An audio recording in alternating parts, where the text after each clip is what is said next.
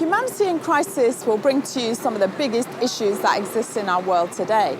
Each programme will tackle a different crisis, from poverty and recession through to gender equality and conflict zones. The 20th century was an era of great upheaval and social change, during which we witnessed the abolition of slavery, the introduction of the minimum wage and universal suffrage. During these years, a wide range of laws banning any form of discrimination based on gender, sexuality, ethnicity and religion were introduced and came to constitute what we now recognise as human rights. Today's focus is on gender equality, one of the most basics of these rights. And although many countries are trying to narrow the gender gap, more than a decade into the 21st century is still a man's world.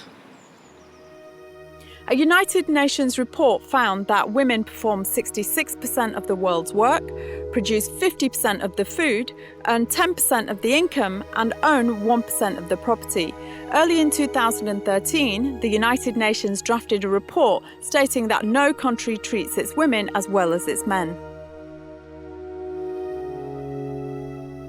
This still happens in spite of the fact that most states have signed acts which outlaw gender-based discrimination. So why are women still treated unequally?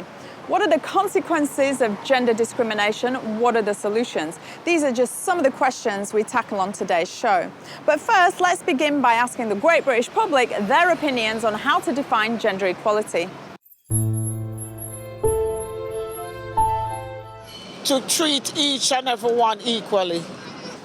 I'm not sure. Equal pay. Things like so men and women in the same position have to be paid equal amounts. Gender equality is equal rights for men and women. I think it's about different genders being equal or treated equal. There are many different ways to define gender equality, from having equal rights through to broader definitions of equal opportunities.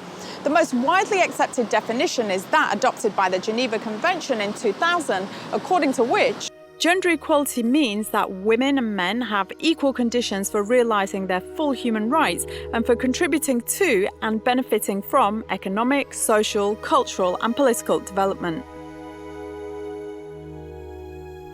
However, a number of experts in the field are becoming increasingly critical of this definition, which in their view adopts a one-size-fits-all approach to the issue. The difficulty in finding shared values when looking at gender equality is the differences in obstacles and barriers women have to face across different cultures and different countries. We caught up with MP Roshanara Ali and legal expert Ali Khan to find out more about the issues women have to face.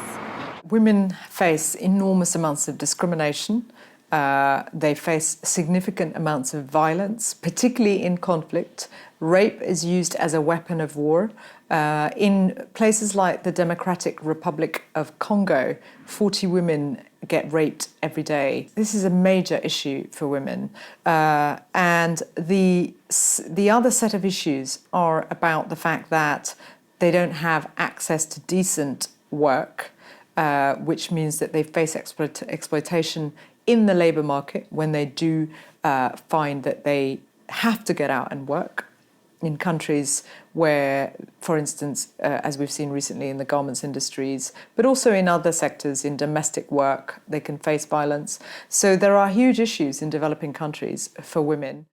The main barrier is attitude to gender equality.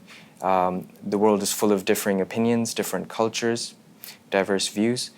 We can see that different parts of the world have developed in their own unique way. That leads to their cultural views on what they view as gender equality and how they decide their society has achieved it.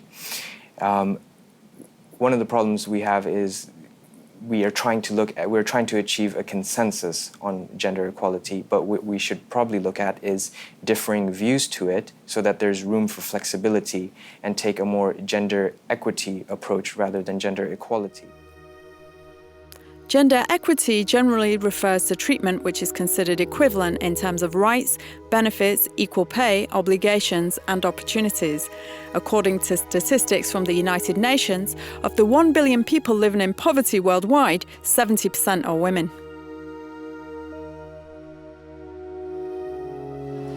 The disproportionate rate of which poverty affects women is not only a consequence of inequities, but also biases within societies and governments. Some of these facts may not come across as entirely shocking, as we're constantly reminded by social commentators about the many ways in which other cultures discriminate against women. But is gender equality still an issue in the UK? The perceived notion might be that we've got gender equality in the UK, but 80% of MPs are men, 70% of local councillors are men, and 90% of company directors are men. And that has a huge trickle-down effect on cultural attitudes in the whole of society. There has been progress.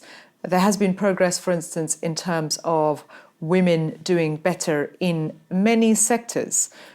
The problem is that there's still discrimination in the labour market against women, particularly women who are in part-time work. They're often the first to lose their jobs. Women are still in jobs that are middle or lower ranking, which means they're much more vulnerable to redundancy, to being sacked and so on. And we see that in the current recession. More women are affected by the current economic downturn than men.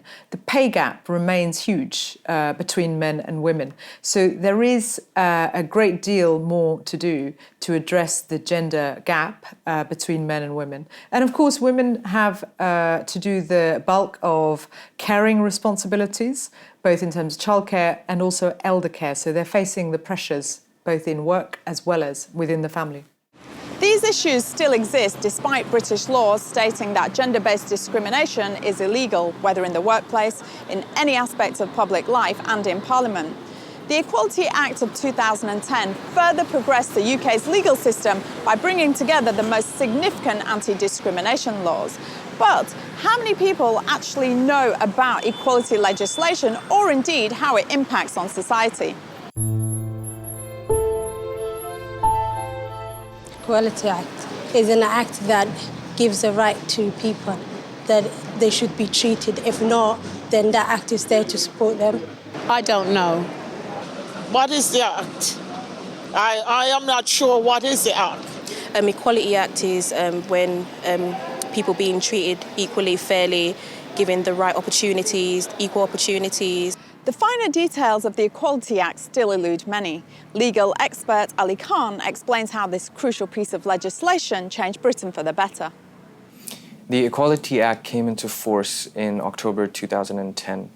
Prior to that, there were about 9 major acts, statutes, and various regulations which addressed different strands of discrimination. The Equality Act tries to consolidate all those different pieces of legislation into one so that there can be some kind of harmony over this really important and fundamental aspect of society, which is to do with anti-discrimination. One of the benefits of having the Equality Act consolidated into one is that it's one point of reference. You don't have to look for different previous sets of regulations or acts when you're deciding whether or not you are complying with the duties that it imposes. It directly affects, this is important for people to know, that the Equality Act directly affects government bodies, those that provide a public service, employers, associations and membership clubs, because in all of these scenarios you can come up and be discriminated against. Historically, the most significant constitutional gains upholding gender equality made their way into Parliament after numerous feminist struggles.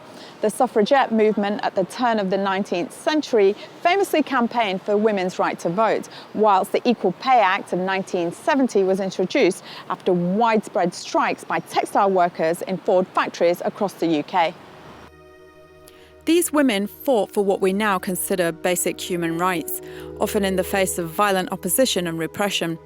While improving women's rights was their main campaign focus, the most valuable legacy they left behind was to make explicit discrimination against women culturally and socially unacceptable, thus radically transforming British society.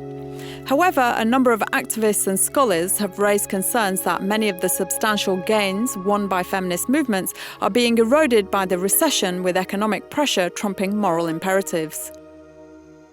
Legal aid cuts recently are part of the wider austerity measures. What you do with legal aid reduction is that you're hindering the access to justice available to people who genuinely need it.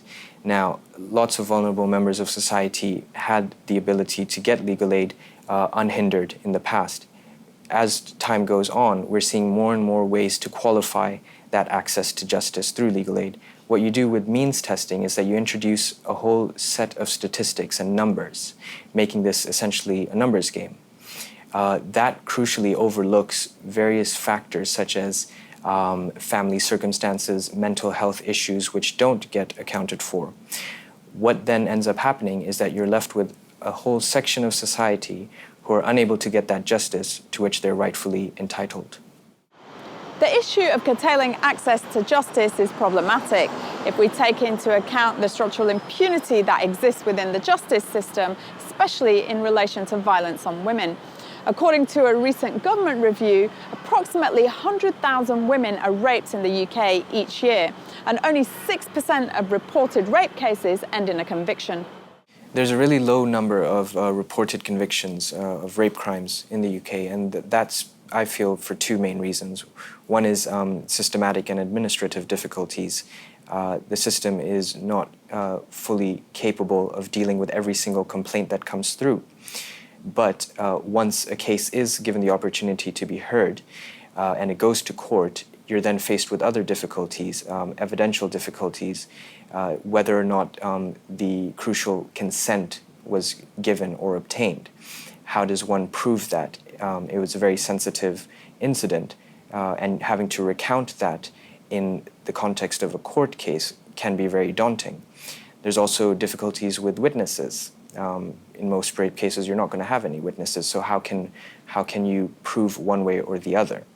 And just because there is a low percentage of rape crimes that actually go from being reported ending up into convictions, doesn't mean that the crime did not actually happen.